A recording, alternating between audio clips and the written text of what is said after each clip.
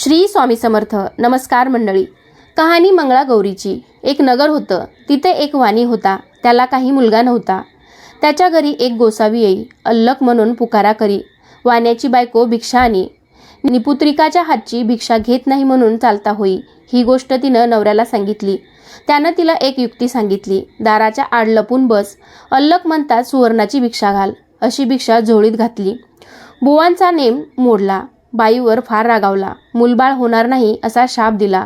तिनं त्याचे पाय धरले. बुवांनी उशाप दिला. बुवा म्हणाले, आपल्या नवऱ्याला सांग, निळ्या घोड्यावर बस, निळी वस्त्र परिधान कर, रानात जा. जिथं घोडा अडेल तिथं खण, देवीचं देऊळ लागेल, तिची प्रार्थना कर, ती तुला पुत्र देईल. असं बोलून बुवा चालता झाला. तिनं आपल्या पती सांगितलं. वाणी रानात गेला. घोडा अडला. तिथं खणलं. देवीचं देऊळ लागलं. सुवर्णाचं देऊळ आहे. हिरे जडितांचे खांब आहेत. मानकांचे कळस आहेत. आत देवीची मूर्ती आहे. त्याने मनोभावे पूजा केली. त्याला देवी प्रसन्न झाली. वर माग म्हणाली. घरदार आहे, गुरढोर आहेत, धनद्रव्य आहे, पोटी पुत्र नाही म्हणून दुःखी आहे. देवी म्हणाली, तुला संततीचं सुख नाही, मी प्रसन्न झाले आहे. तुला पुत्र देते. अल्पायुष्य पुत्र घेतलास तर गुणी मिळेल.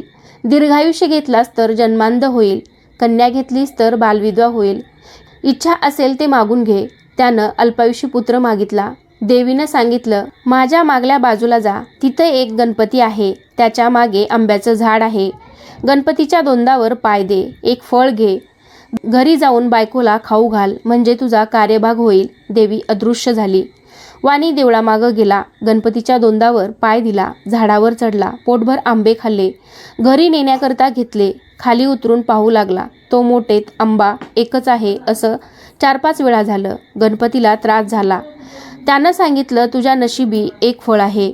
फळ घेऊन घरी आला. बायकोला खाऊ घातलं. ती गरोदर राहिली. दिवसामासा गर्भ वाढू लागला. 9 मास पूर्ण झाले. वाण्याची बायको बाळंतीण झाली. मुलगा झाला.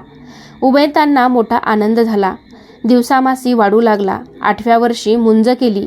10व्या वर्षी लग्न करा म्हणाली. काशी यात्रेशिवाय लग्न करणार नाही असा माझा नवस आहे असा जबाब दिला. काही दिवसांनी मामाबरोबर यात्रेस पाठविले. मामाबाचे काशीत जाऊ लागले. जाता जाता काय झालं, वाटेत एक नगर लागलं. तिथं काही मुली खेळत होत्या. त्यात एकमेकींचं भांडण लागलं.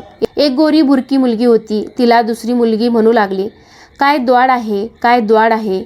तेव्हा ती मुलगी म्हणाली, माझी आई मंगळागौरीचं व्रत करते. आमच्या कुळावंशामध्ये कोणी द्वाड नाही. मग मी तर तिची मुलगी आहे. हे भाषण मामांनी ऐकलं. त्यांच्या मनात आलं, हिच्याशी आपल्या भाच्याचं लगीन करावं, म्हणजे हा दीर्घायुष्य होईल. परंतु हे घडतं कसं? त्या दिवशी तिथं त्यांनी मुक्काम केला. इकडे काय झालं, त्याच दिवशी त्या मुलीचं लग्न होतं. लग्नाच्या वेळेस नवरा मुलगा मांदा झाला. मुलीच्या आईबापांना पंचायत पडली. पुढं कोणीतरी प्रवासी मिळेल तर बरं होईल.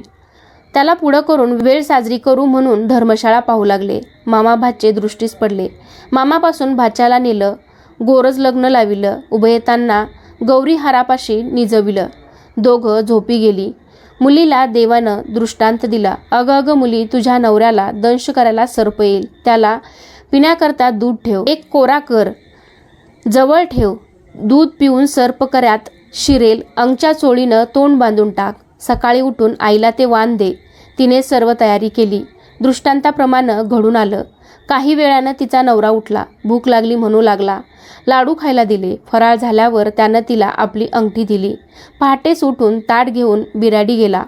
मामा भाचे मार्गस्थ झाले. दुसरे दिवशी काय झालं, हिनं सकाळी उठून स्नान केलं. आपल्या आईला वाण दिलं.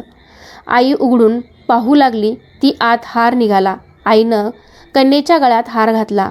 पुढं पहिला वर मांडवात आला. मुलीला खेळायला आणली. ती म्हणाली, हा माझा नवरा नाही. मी याचबरोबर खेळत नाही. रात्रीची लाडवांची अंगठीची खून काही पटेना. आईबापांना पंचायत पडली. हिचा नवरा कसा सापडतो. नंतर त्यांनी अन्नछत्र चालू केलं. जो ब्राह्मण येईल त्याचे पाय अंगठी घालून मुलीनं धुवावे. आईने पाणी घालावं. भावांनी गंध लावावा आणि बापानं विडा द्यावा. असा क्रम चालू केला. शेकडो लोक येऊन जेवू लागले. इकडे मामा भाचे काशीस गेले. पुष्कळ दानधर्म केले. तीर्थयात्रा केल्या. ब्राह्मणांचे आशीर्वाद घेतले. एके दिवशी भाच्यास मूर्छा आली. यमदूत प्राण न्यायला आले. मंगळागौर आडवी आली. त्या दोघांचं युद्ध झालं. यमदूत पळून गेले. गौर तेथे अदृश्य झाली. भाचा जागा झाला. तसा आपल्या मामा सांगू लागला, मला असं स्वप्न पडलं.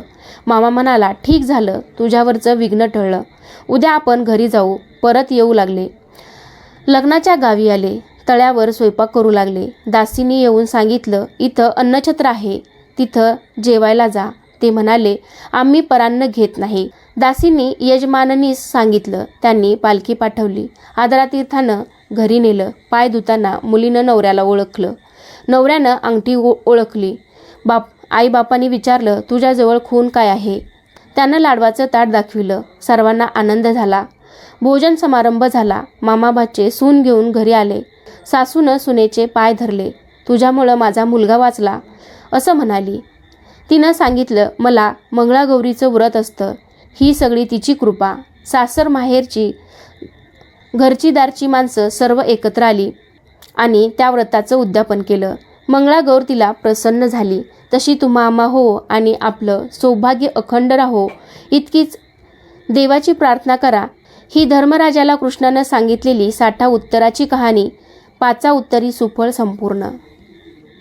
श्री स्वामी समर्थ. धन्यवाद.